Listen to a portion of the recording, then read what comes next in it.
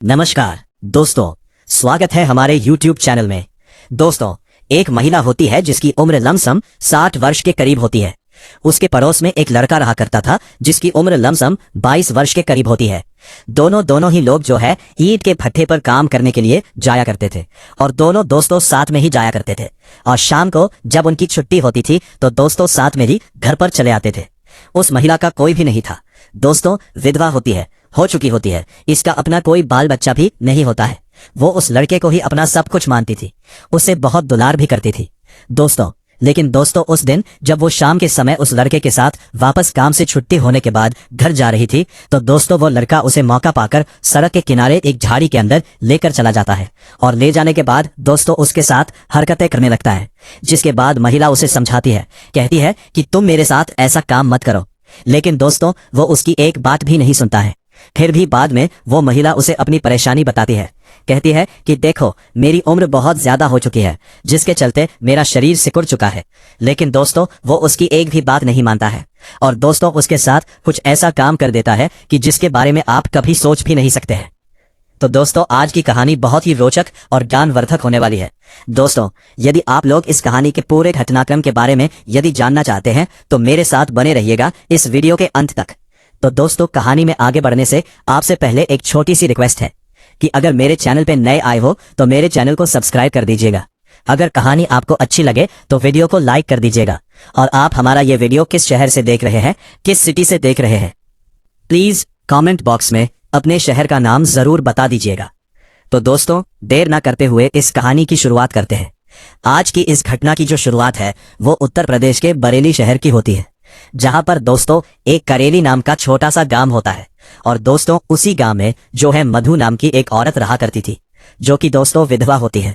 उसकी शादी जो है 20 साल की उम्र में ही हो गई थी और उसके 3 साल बाद ही दोस्तों उसके पति की मौत हो चुकी थी और अब उसकी उम्र दोस्तों लमसम 60 वर्ष के करीब होती है। तो दोस्तों वो इसी तरह से अपना जीवन जो है अकेले व्यतीत कर रही थी। उसका कोई भी नहीं था, उसके ना बाल बच्चे थे, ना परिवार में कोई भी नहीं था। अब उसको अपनी जीवन याचिका चलाने के लिए खेतों में काम भी करना पड़ता था और जो है मजदूरी भी करनी पड़ती थी। और दोस्तों इसी तरह से वो जीवन अपना व्यतीत कर रही थी। दोस्तों उसी के पड़ोस में ही एक लड़का रहा करता था जिसका नाम टीपू होता है। दोस्तों वो भी एकदम से अनाथ था। दोस्तों उसका भी माता पिता नहीं थे और वो भी अपने घर में बिल्कुल अकेले रहा करता था। दोस्तों उसकी उम्र लमसम 22 वर्ष के करीब होती है। अब दोस्तों जो ये मधु और जो होते हैं और दीपू होते हैं वो दोनों एक साथ ही काम करने जाया करते थे। कभी जमींदार के खेत में मेहनत मजदूरी करने के लिए जाया करते थे। दोनों एक दूसरे से बातें भी किया करते थे। और दोस्तों इसी तरह से जो मधु थी वो जो है दीपू को देखती थी कि उसे अपना ही समझती थी, क्योंकि जो मधु है इस दुनिया में कोई भी नहीं था, इसलिए वो दीपू को ही अपना सब कुछ मानती थी और उसे बहुत दुलार भी किया करती थी। दोस्तों जब भी वो अपने घर पर कोई अच्छा सा खाना बनाती थी तो वो जो है दीपू के बगैर खिलाए नहीं खाती थी और दीपू भी उसे बहुत पसंद करता था। और दोस्तों जब भी दीपू उसके घर पर जाता था दोस्तों उसे बहुत गौर से देखता था। और जो मधु होती है थोड़ी अधेड़ उम्र की हो चुकी होती है, लेकिन उस उम्र में भी वो दोस्तों बेहद ही खूबसूरत और नौजवान दिखती थी। जो कोई भी उसे एक बार देख लेता था दोस्तों तो देखता ही रह जाता था, क्योंकि दोस्तों वो गोरे रंग की थी और बहुत ही ज्यादा खूबसूरत होती है। अब दोस्तों जो दीपू के साथ भी यही होता है। दीपू जो है मधु को देखता तो दोस्तों देखता ही रह जाता था। और जिस दिन मधु मजदूरी करने के लिए खेतों में नहीं जाती थी तो दोस्तों दीपू जो है बहाना बनाकर छुट्टी मार लेता था, वो भी दोस्तों वहां पर नहीं जाता था। फिर दोनों शाम को के बाद साथ में ही खाना पीना बनाते थे और खाना पीना खाकर अपने अपने घर में सोने के लिए भी चले जाते थे दोस्तों। और दोस्तों जब भी रात के समय में दीपू खाना पीना खाकर अपने कमरे में सोता था तो उसे अकेले सोने में बहुत डर भी लगता था और वो तरह तरह के अजीबोगरीब सपना भी देखा करता था। तो वो कभी कभी मधु को बताया भी करता था कि मैं अजीबोगरीब सपने देखा करता हूँ और सपनों की वजह से जो है मैं घर में डर जाता हूँ। इसी वजह से दोस्तों जो दीपू होता है वो अक्सर ही मधु से कहा करता था कि मैं रात में तुम्हारे घर पे सो जाया करो। लेकिन दोस्तों जो मधु होती है वो अक्सर ही दीपू को मना कर देती थी और कहती थी कि तुम मेरे घर पर मत सोना, क्योंकि वो हमारे बारे में क्या सोचेंगे, क्योंकि गांव वाले हैं, काफी बदनामी हो जाएगी और हमारे बारे में तरह तरह की बातें हो जाएंगी।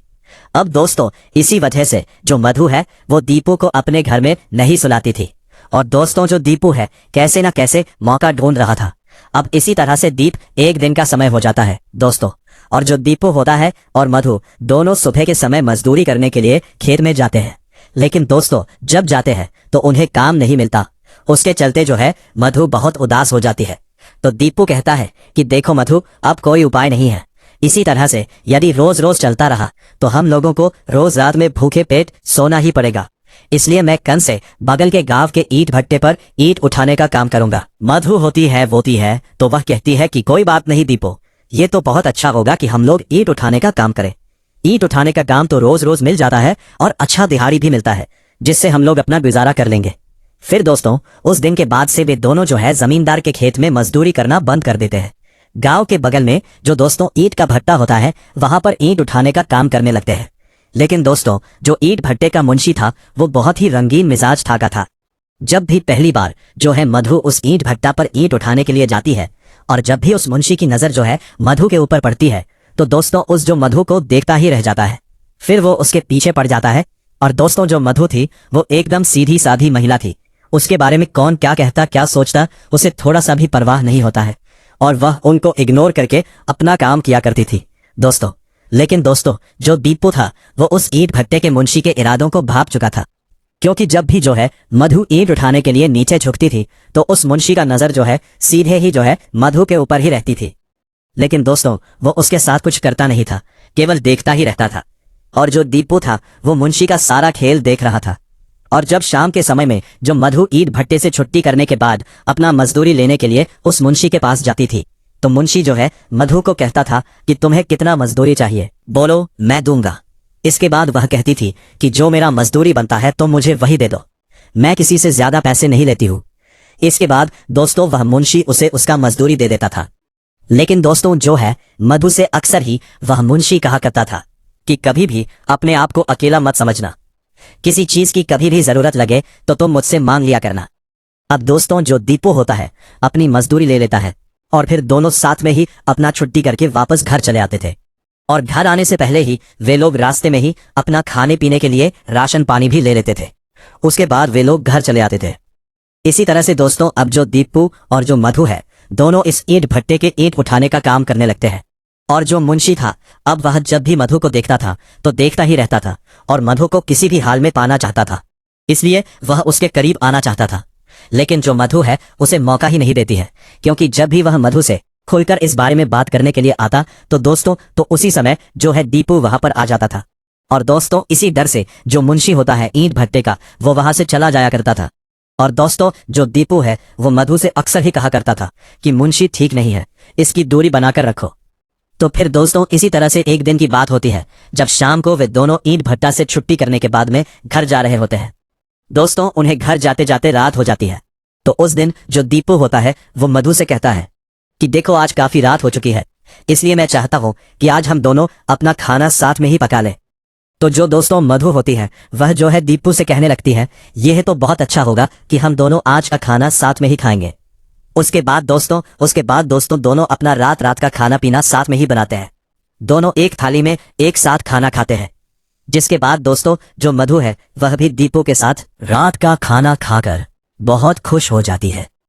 फिर जब वे दोनों अपना खाना पीना खा लेते हैं तो दीपू जो है मधु से कहता है कि देखो आज मैं आपके घर पर आपके साथ ही सोना चाहता हूं।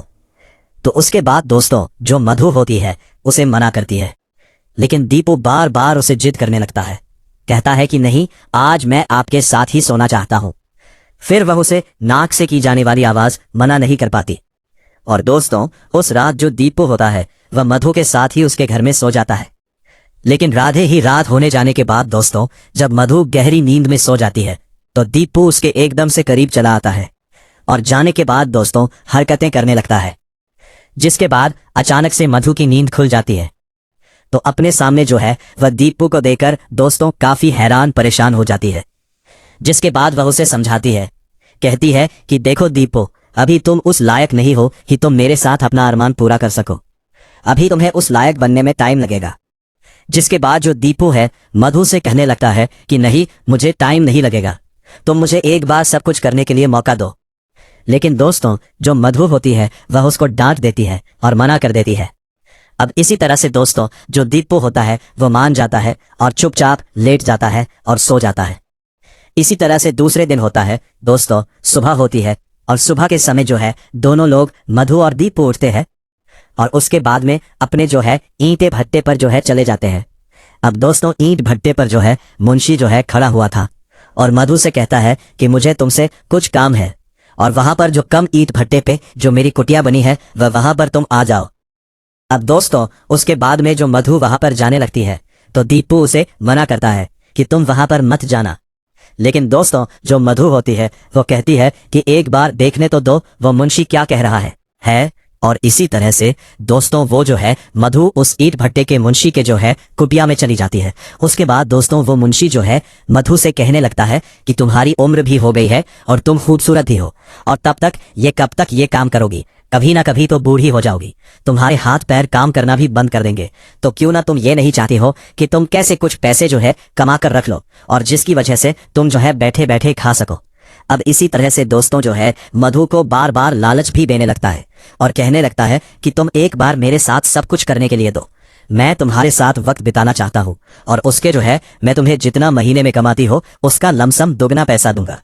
अब जैसे ही दोस्तों ये मधु सुनती है तो मधु के मन में लालच आ जाता है और वह ये सोचने भी लगती है कि ये मुंशी जो कह रहा है वो सही कह रहा है, क्योंकि मैं कब तक ईंट भट्टे पर ही काम करके अपने दिन का गुजारा करती रहूंगी, कभी ना कभी उसके हाथ पैर जवाब दे लेंगे और ये जवानी भी उसकी जो भी बची है जो उसकी वो भी बेकार चली जाएगी। और इसी तरह से दोस्तों वो जो मुंशी है मुंशी से मधु जो है मान जाती है और कहती है कि ठीक है जो है तुम मेरे साथ वक्त बिताने के लिए मैं तैयार हूँ। और इसी तरह से मुंशी दोस्तों जो है बहुत खुश हो जाता है और उसके बाद मुंशी कहता है कि जब तुम्हारा शाम के वक्त सारा काम खत्म हो जाए तब तुम 1 घंटे पहले मेरे कमरे में आ जाना और उसके बाद उसी समय हम दोनों लोग जो है वक्त व्यतीत कर लेंगे। अब दोस्तों ये सब बात हो जाने के बाद में मधु फिर से आके ईंट भट्टे पर काम करने लगती है। उसी समय दीपू आता है और दीपू मधु से पूछने लगता है कि वो मुंशी ने तुमसे क्या कहा। लेकिन उस समय दोस्तों जो मधु होती है वो दीपू को कुछ भी नहीं बताती है और दोस्तों इसी तरह से दोनों लोग काम करने लगते हैं। लेकिन दीपू को शक हो चुका था मधु के ऊपर और उसके बाद दोस्तों काम खत्म होने ही वाला था, लमसम 6 बज चुके थे और उसके बाद में दोस्तों वह जो है मधु उस जो है मुंशी के कमरे में चली जाती है। और दोस्तों जैसे ही मधु मुंशी के कमरे में जाती है दोस्तों तो उसके बाद में मुंशी उसको देखकर बड़ा खुश हो जाता है और उसके बाद दोस्तों जो कुटिया का कमरा होता है जो उसको बंद कर लिया जाता है और बंद करने के बाद दोस्तों मधु जो है उस मुंशी के साथ में अपनी रजामंदी से गलत रिश्ता बनाने लगती है, गलत रिश्ता ये बनाना शुरू ही करती है। दोस्तों जो दीपू होता है जो कि मधु के ऊपर पहले से ही नजर रखे हुए था और दोस्तों वह भी जो है एक छोटी सी खिड़की के छेद से उसे पूरी कैया करते हुए देख रहा था। और दोस्तों वो देखता है कि मधु देखते ही देखते उस मुंशी के साथ में सब कुछ कर रही होती है, अपने गलत रिश्ते बना रही होती है। और दोस्तों ये गलत रिश्ते जो मुंशी होता है मधु के साथ तब तक बनाता है जब तक कि उसको शांति नहीं मिल जाती। अब दोस्तों उसको रिश्ता बनाने के बाद में दीपू देखता है कि वह जो मुंशी है उसको बहुत सारे पैसे भी दे देता है। अब ये सब कुछ देखने के बाद दीपू पूरी कहानी समझ जाता है कि जो ये मधु है वो पैसों को लेकर बिक चुकी है। और इसी तरह से दोस्तों जो मधु है वो सारा काम खत्म करने के बाद में वहां कमरे से बाहर निकल आती है। दीपू भी दोस्तों भट्टे पर ऐसे काम करता रहता है कि जैसे कुछ उसने देखा ही ना हो। उसके बाद दोस्तों जो मधु होती है वो दीपू से कहने लगती है कि मेरी कुछ तबीयत ठीक नहीं लग रही है, आज काम से जल्दी घर हम लोग चलते हैं।